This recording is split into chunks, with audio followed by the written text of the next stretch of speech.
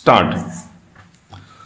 बीते बुधवार को दिल्ली के जंतर मंतर पर आम आदमी पार्टी की किसान रैली के दौरान राजस्थान के किसान गजेंद्र सिंह की जिस ढंग से मौत हुई, उसने न केवल लोगों को झकझोरा बल्कि दशकों पुरानी किसानों की समस्याओं को एक बार फिर सतह पर ला दिया। स्टॉप। मुख्यमंत्री अरविंद केजरीवाल समेत आपके अन्य बड़े नेताओं की उपस्थिति में गजेंद्र पहले एक पेड़ पर चढ़े और फिर उन्होंने अपने गले में एक फंदा डाल लिया। स्टॉप। लोगों के देखते देखते गजेंद्र इस फंदे पर झूल गए। स्टॉप। यह कहना कठिन है कि वह आत्महत्या करना चाह रहे थे या फिर ऐसा दिखावा करने की कोशिश में जान से हाथ धो बैठे, लेकिन इसमें दो राय नहीं कि मार्च और अप्रैल में बेमौसम बारिश के कारण फसलों की बर्बादी से हताश निराश किसानों की आत्महत्या का सिलसिला कायम है। स्टॉप। गजेंद्र की मौत ने संसद के दोनों सदनों को किसानों की समस्याओं पर चर्चा करने के लिए मजबूर किया। स्टॉप। राजनीतिक दलों ने इस घटना पर अपनी संवेदना जताने के साथ किसानों की बदहाली के लिए एक दूसरे पर दोष भी मढ़ा। स्टॉप।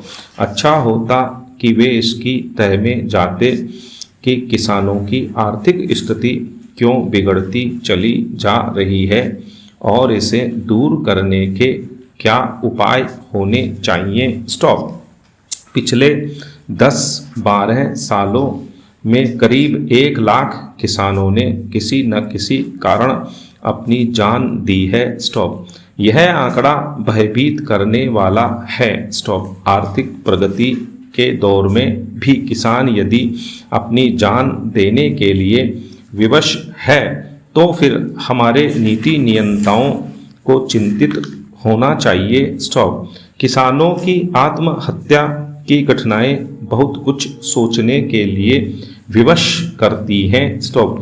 2-3 दशक पहले तक किसान अपने संकट को सहन करने की क्षमता रखते थे। स्टॉप। 1-2 फसलों की बर्बादी के कारण वे जान देने जैसे फैसले नहीं करते थे। स्टॉप। आखिर आज ऐसी परिस्थितियां क्यों बन गई कि किसानों के सब्र का बांध टूट रहा है। स्टॉप। पैरा।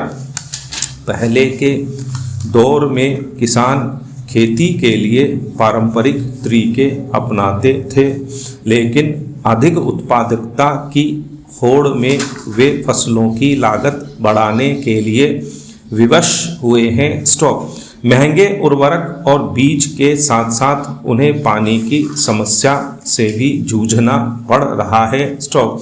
रही सही कसर कर्ज के दुष्चक्र ने पूरी कर दी। स्टॉप। आज किसान केवल खेती किसानी के कामों के लिए ही कर्ज लेने के लिए विवश नहीं है, बल्कि अपने बच्चों की पढ़ाई तथा अन्य आवश्यकताओं के लिए भी उसे कर्ज लेना पड़ रहा है। स्टॉप। यद्यपि केंद्र और राज्य सरकारें किसानों को सस्ते कर्ज उपलब्ध कराने के लिए कुछ योजनाएं चलाती हैं, लेकिन जमीनी हकीकत यह है कि किसानों का एक बहुत छोटा हिस्सा ही संस्थागत कर्ज ले पाता है। स्टॉप। शेष किसान अभी भी साहूकारों सूदखोरों से कर्ज लेने के लिए विवश हैं। स्टॉप। साहूकारों और सूदखोरों से लिया जाने वाला कर्ज किसानों का पीछा नहीं छोड़ता। स्टॉप। सत्ता का संचालन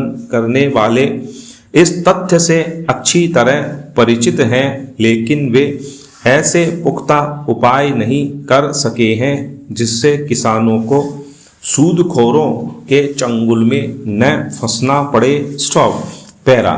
राजनीतिक दल खुद को किसानों का हमदर्द साबित करने के लिए कोई कसर नहीं छोड़ते, लेकिन उनकी यह हमदर्दी दिखावटी ही अधिक होती है। स्टॉप। उनकी दिलचस्पी इसमें नहीं है कि किसानों की परेशानियों का ठोस हल निकले। स्टॉप। वे यह देखने से भी इनकार कर रहे हैं कि किसानों पर आर्थिक दबाव किस तरह बढ़ता जा रहा है। स्टॉप। यह किसानों का अधिकार है कि वे भी अपने जीवन स्तर को उठाएं और मध्यम वर्ग की तरह कुछ सुख सुविधाओं का लाभ उठाएं, लेकिन उनकी आर्थिक दशा इसकी अनुमति नहीं देती। स्टॉप। वे जब भी इन सुविधाओं को पाने की कोशिश करते हैं तब गहरे आर्थिक संकट में पड़ जाते हैं। स्टॉप। किसानों के हितों के नाम पर किस तरह राजनीति की जाती है, इसका ताजा उदाहरण भूमि अधिग्रहण विधेयक पर कांग्रेस समेत अन्य विपक्षी दलों का रवैया है। स्टॉप। भूमि अधिग्रहण विधेयक के विरोध के नाम पर कांग्रेस उपाध्यक्ष राहुल गांधी की आक्रामकता वोट बैंक की राजनीति के अलावा और कुछ नहीं। स्टॉप। वह यह कहकर खुद को किसानों का मसीहा साबित करने की कोशिश कर रहे हैं कि विकास जरूरी है तो लेकिन किसानों की कीमत पर नहीं। स्टॉप। वह गलत तरीके से यह साबित करने की कोशिश कर रहे हैं कि विकास और किसानों का हित एक दूसरे के विरोधी है। स्टॉप। पैरा।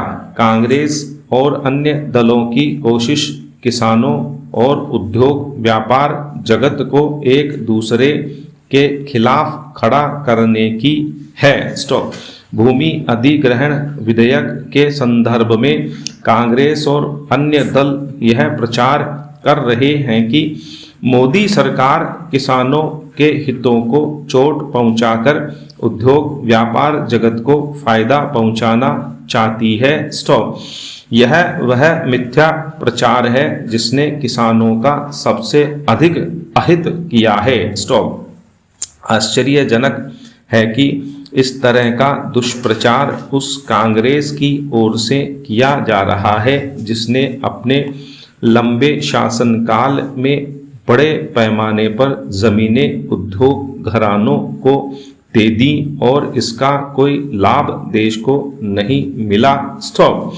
सच्चाई यह है कि मोदी सरकार कांग्रेस द्वारा बनाए गए भूमि अधिग्रहण कानून को ही आगे बढ़ा रही है।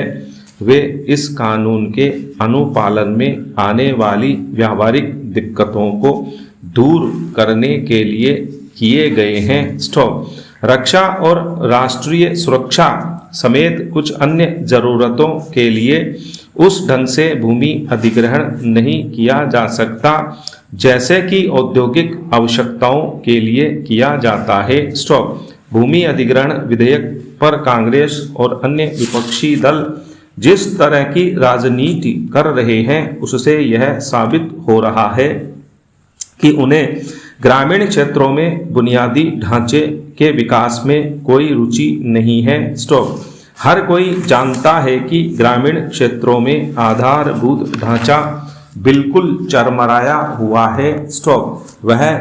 वहाँ न तो सड़कें हैं और न ही स्कूलें, अस्पताल और बिजली जैसी सुविधाएं। स्टॉप। यह स्थिति तब है जब ग्रामीण विकास के नाम पर अरबों खरबों रुपए खर्च किए जा चुके हैं। स्टॉप।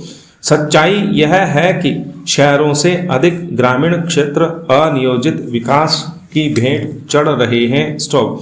गांवों में विकास के जो भी काम किए जाने हैं उनके लिए जमीन की आवश्यकता है। स्टॉप। यदि जमीन ही उपलब्ध नहीं होगी तो गांवों का विकास कैसे होगा। स्टॉप। क्या शहरों का विकास जमीनों पर नहीं हुआ है।